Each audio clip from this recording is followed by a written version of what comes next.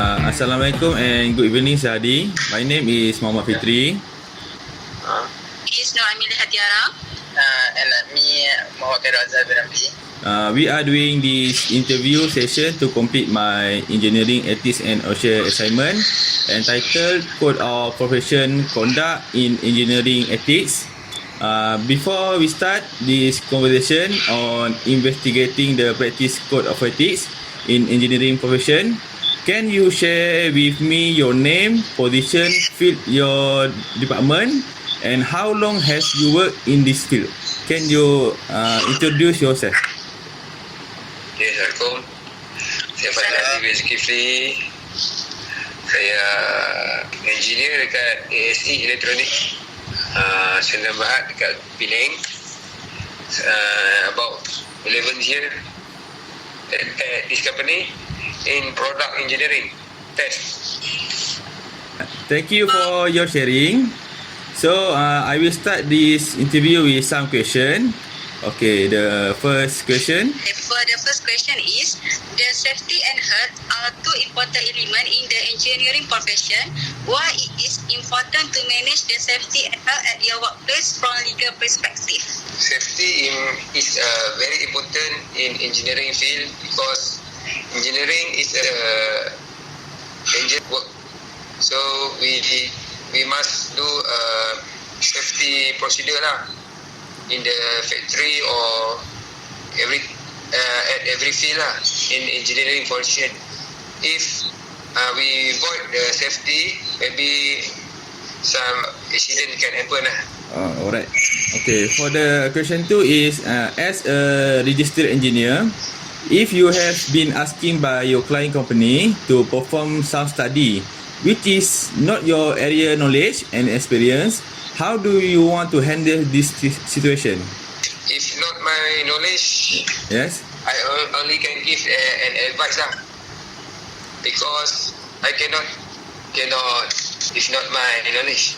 It's not my area because I don't have any skill in that the area. Alright. So maybe I advise to give to my friend or what. Alright. For the question 3.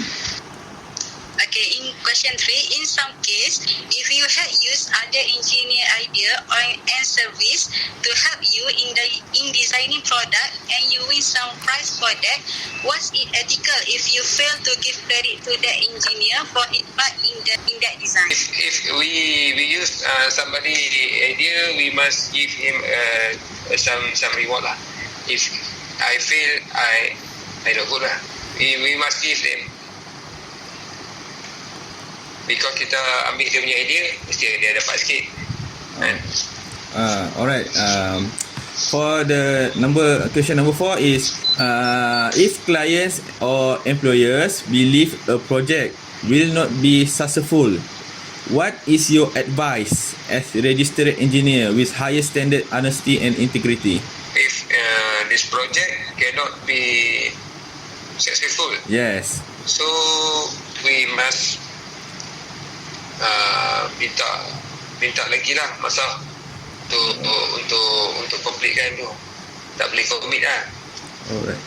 So kita kena minta extra time lah dekat klien kita. Give some consideration lah. Okay. For the question number 5. If there are some product did not achieve the quality of standard, maybe have some defect, do you still proceed to deliver it to the customer? No. We don't proceed the reject customer to customer. The rejecting to customer lah. Engineering must go through QA department lah before we send to the customer to approve our product quality before send. If not me, the product we scrap lah or repair again like that lah. Until the product meet the spec. The customer. Okay. Alright. Thank you for your sharing answer, and thank you for your spend time in the weekend. So Okay. thank you so much. Bye. Thank you. Okay. Assalamualaikum and good evening to Mr. Fuad. My name is Muhammad Fitri bin Muhammad Azlili. Hey, my name is Amelia Hadiara. My name is Muhammad Birazal bin Rafi. Okay, we are doing this interview session to Engineering Ethics and OSHA assignment entitled Code of Professional Conduct in Engineering Ethics. Before we start this conversation on investigating the practice of code ethics in engineering profession, can you share your name, position, field of your department, and how long has your work in this field? Can you introduce yourself? Okay, sure. Hi, my name Muhammad Fuad, and currently I'm working at Panasonic System Network Malaysia as R&D mechanical engineer since 2019. So basically working in mechanical department. Alright, thank you for your sharing. So I will start this interview with some questions which are, okay, number one, the safety and health are two important elements in the engineering profession. Why it is important to manage the safety and health at your workplace from the legal perspective? Oh, okay. I think yes, safety is a top priority in all manufacturing company because basically in Panasonic, I mean in my department, which is mechanical department, we are usually conducting a various type of testing. I mean mechanical testing.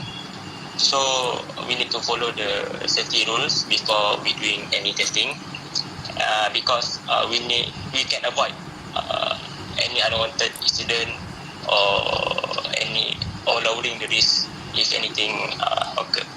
Alright, for the question number 2, Azhar. As registered engineer, do you think the experience is most important for technical knowledge and work performance? Yes, I agree because in order to get the experience, we need to go through a learning phase. So experience is important as that will help you to have strong technical knowledge and dependent skill, and also it will improve your work performance day by day. Alright, for the question number 3, how to ensure that a registered engineer to maintain a reputation in the company? As an engineer, for me especially, I work with top global company. We must follow the compliance regulations, which mean the company rules. So it is must to follow the rules because we need to avoid any bad review to the company reputation. Alright, for number 4 question is Azhar. As a registered engineer, what should you do to get the trust from client and employee? The first thing is attitude, and then follow with your discipline, work discipline, because you must have a good attitude to gain trust and interest from the top management and people. And then besides, work discipline also important because I mean in terms of your attendance. So works, if you have a bad attendance, this will cause you or labeled as a bad employee. So it will affect your increment, position, bonus and promotion. Alright, for the last question, Amelie. If in such situation the machine got breakdown or machine problem, what will you do to handle this problem as registered engineer? First, what I do is I need to know what's the problem, and then I need to find what caused the problem, and then lastly after I know what is the problem, and then I need to find a solution to handle and finish the job. Alright, we think that's all for the question. Thank you for spend time for our interview. Alright.